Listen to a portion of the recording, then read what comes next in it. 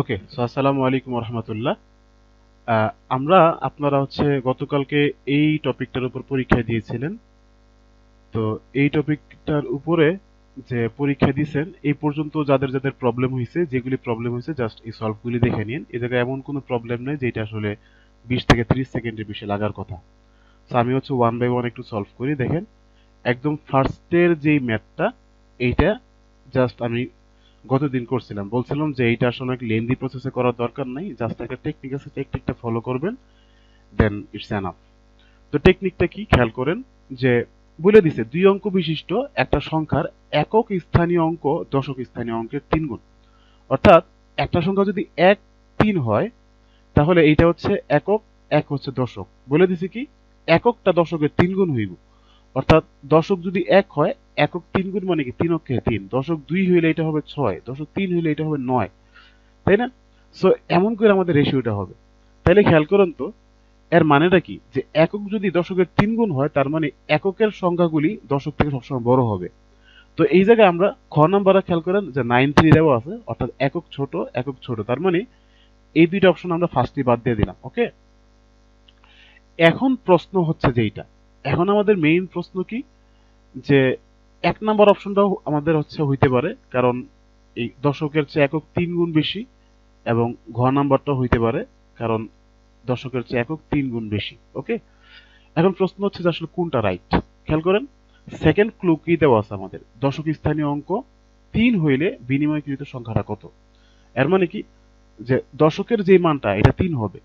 So এইটা হচ্ছে আপনার দশক যদি 3 হয়, দশক যদি 3 হয়, একক তাহলে 9 হইব, তাই না? তার মানে কি, মেইন সংখ্যাটা হচ্ছে 39। কিন্তু আমাদের প্রশ্ন করছে কি বলেন তো, প্রশ্ন কিন্তু সংখ্যাটা চাই নাই, চাইছে বিনিময়কৃত সংখ্যাটা কত। বিনিময়কৃত সংখ্যা মানে কি, মূল সংখ্যাটাকে উল্টায়, মানে মূল সংখ্যাটাকে উল্টানোর পরে অ্যান্সার কত। এখন মূল সংখ্যাটা ছিল 39, অর্থাৎ একক 3, দশক 3 3 9। এখন এইটাকে উল্টাইলে কি হইব, বিনিময়কৃত মানে এক্সচেঞ্জ করা, উল্টানো, অর্থাৎ 93। এর মানে আমাদের সঠিক অ্যান্সার কি হবে বলেন তো, আমাদের সঠিক অ্যান্সার হবে 93। আর যদি এই জায়গাতে বিনিময়কৃত কথাটা উল্লেখ না থাকতো, তাইলে আমরা অ্যান্সার করতাম 39। যেহেতু বিনিময়কৃত বলছে, যেইটা উত্তর, অর্থাৎ মূল সংখ্যাটাকে আমরা উল্টাই দিব। অর্থাৎ মূল সংখ্যা ছিল 39, আর উল্টাই দিলে 93, উত্তর 93। এখন আপনি কোন যে এই অপশনটা টেস্ট করতে কত সেকেন্ড আসলে টাইম লাগার কথা, সর্বোচ্চ 30 সেকেন্ড, এর বেশি তো লাগার প্রশ্ন ওঠে না। দেন চলে আসেন এই প্রবলেমটা। আচ্ছা, সো এই প্রবলেমটা মূলত আসলে কি। ওকে, সো এই প্রবলেমটা আরো ইজি। এটা লাস্ট ক্লাসে করছিলাম, মাত্র 5 সেকেন্ডের বিষয় এটা। যে বলছিলাম যে যদি যত তত থাকে, এই টাইপের প্রবলেম থাকলে আসলে কি হবে। ওকে, যত তত যদি থাকে, এই টাইপের প্রবলেম থাকলে আসলে কি হবে। একদম সিম্পল, জাস্ট দুইটা সংখ্যাকে আপনি যোগ করবেন। হ্যাঁ, দুইটা সংখ্যাকে আপনি যোগ করবেন, যোগ করে দুইটা ভাগ করে দিবেন, কাজ শেষ। যেই অ্যান্সার আসবে এইটাই আপনার অ্যান্সার। তাহলে 1 এ 3 কত হয়, 1 এ 3 হয় 4, 5 এ 5 কত হয় 10, 10 শূন্য হাতে আছে 1, 6 5 11, 12, অর্থাৎ 1204-কে 2 দ্বারা ভাগ দিবেন, 2 দ্বারা ভাগ দিলে কত হয়, 602 হয়। উত্তর 602। একদম সিম্পল। সো এইবার আপনি কোন তো এই ম্যাথটা কতক্ষণ লাগছে করতে, একদম সিম্পল না? এখন আমাদের এই ম্যাথটা, যে 30 থেকে 50-এর মধ্যবর্তী মৌলিক সংখ্যাগুলির গড় কত। 30 থেকে 50-এর মধ্যবর্তী মৌলিক সংখ্যা সবগুলো একে একে বের করেন। যে আগে কি কি আছে, একটা আছে 31 আছে, 32 নেই, 33 নেই, 34 নেই, 35 নেই, 37 আছে। ওকে, এরপর কি আছে আমাদের 38, 39, 40, 41 আছে, এটাকে মৌলিক সংখ্যা। 42, 43 আছে, এরপর আপনার হচ্ছে 47। আর কিন্তু কোনো ধরনের সংখ্যা নাই। মৌলিক সংখ্যা পাইলাম কয়টা, 31 থেকে 50-এর মধ্যে 1 2 3 4 5টা পাইলাম। অর্থাৎ যতগুলি মৌলিক সংখ্যা পাইছি তত দিয়ে ভাগ করে দিব, যেহেতু 5টা পাইছে 5 দিয়ে ভাগ করবো এবং সবগুলি যোগ করব। এইবার জাস্ট সিম্পলি যোগ করেন আপনি। হ্যাঁ, আপনি এবার সিম্পলি যোগ করে, সরি, তো এবার আপনি সিম্পলি যোগ করবেন। তো যোগ করলে আমাদের কত হইল, 7 এ 3 10, 10 একে 11, 11 7 18, 18 একে 19, 19 9 হাতে আছে 1, 4 একে 5, 5 4 9, 9 4 13, 13 3 16, 16 3 19, অর্থাৎ 119-কে আপনি 5 দ্বারা ভাগ করবেন। এবার খেয়াল করুন তো, 119-এর একদম কাছাকাছি রাউন্ড ফিগার কোনটা, 119-এর কাছাকাছি রাউন্ড ফিগার হচ্ছে আপনার 120, তাই না? 120-কে আপনি 5 দিয়ে ভাগ দিলে কত হয়, যে 120-কে আপনি 5 দিয়ে ভাগ দিলে আমাদের আসে কত, যে 5 × 2 = 10 আসে। আচ্ছা, এই জায়গাতে আমার মনে হয় একটু যোগে ভুল হয়েছে, খুব সম্ভব। আচ্ছা আচ্ছা, তাও খেয়াল করি। 120-কে 5 দিয়ে ভাগ করলে কত হয়, কত হয়? আচ্ছা, এটা একটু যোগে ভুল হয়েছে খুব সম্ভবত আমার। 7-এ 3-এ আচ্ছা হ্যাঁ, যোগে ভুল হয়েছে। 7-এ 3-এ 10, 10-4 সরি 10, 10-এ 11, 11-7 18, 18-এ 19, 19-এর 1 হাতে আছে 1, ওকে ফাইন। আর 4-এ 5, 5-4 9, 9-4 13, আর 13-3-এ 16, 16-3-এ 19, ওকে ফাইন। তাহলে আমাদের ঠিকই আছে। এইবার এই 19-কে আমরা আপনার হচ্ছে ক্যালকুলেট করব, কিন্তু ভাগ করলে তো আমাদের অ্যান্সার এইটা আসে না। কি হয়?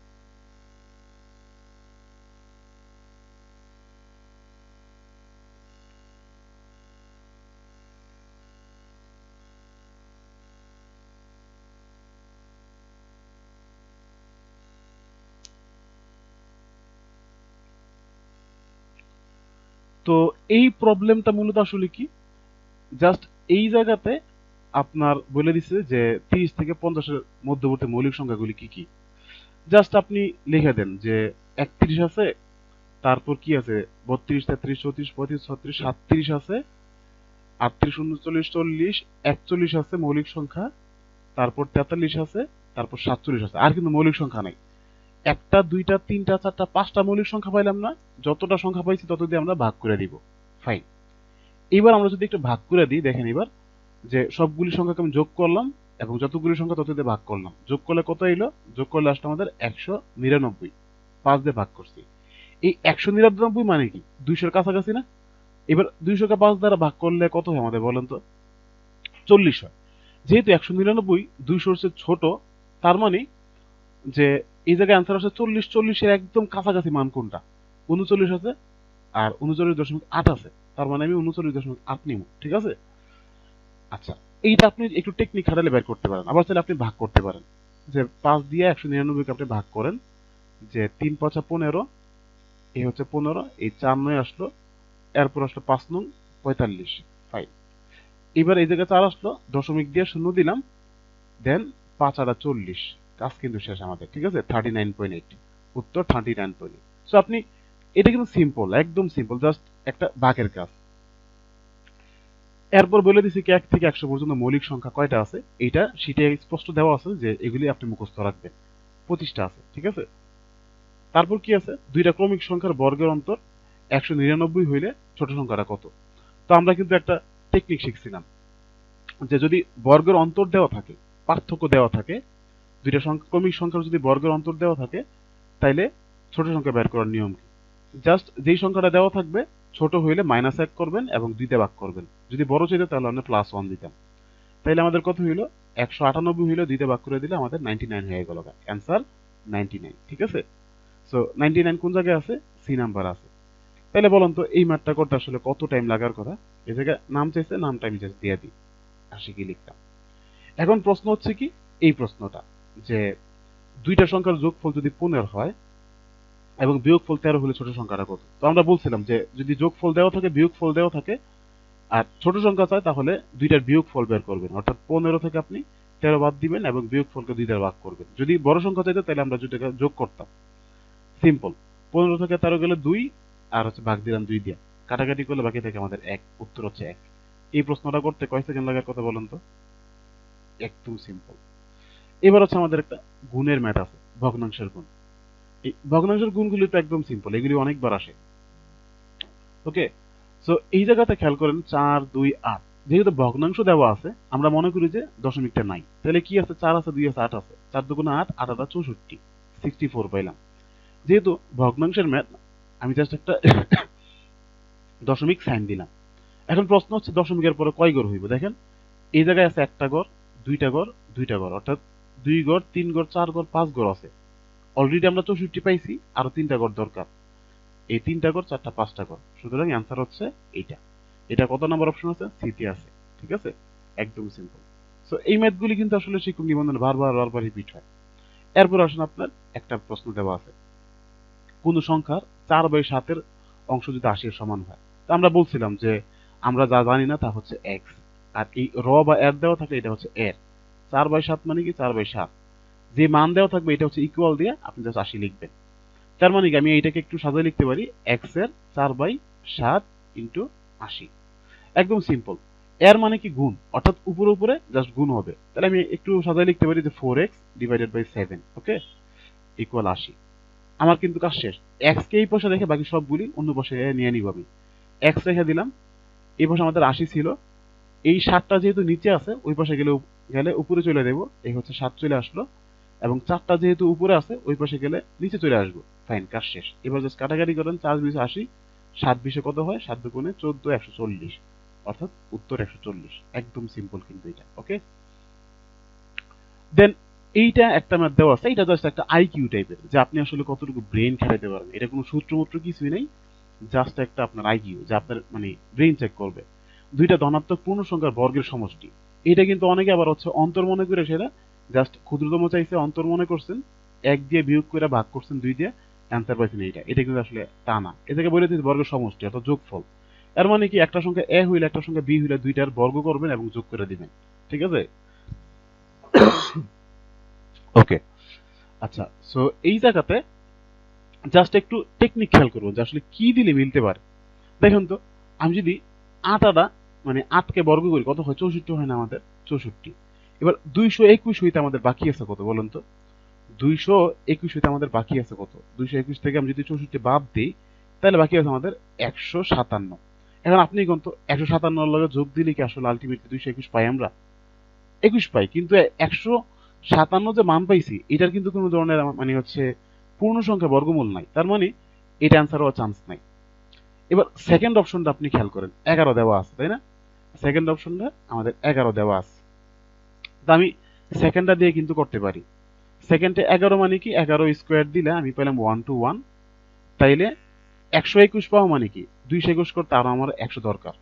সো এই জায়গায় খেয়াল করেন, 121কে কিন্তু আমি 11 স্কোয়ার লিখতে পারি, আর 100কে কিন্তু আমি 10 স্কোয়ার লিখতে পারি। তার মানে দুইটা সংখ্যা কিন্তু আমরা আলটিমেটলি পেয়ে গেলাম, একটা 11 স্কোয়ার, একটা 10 স্কোয়ার।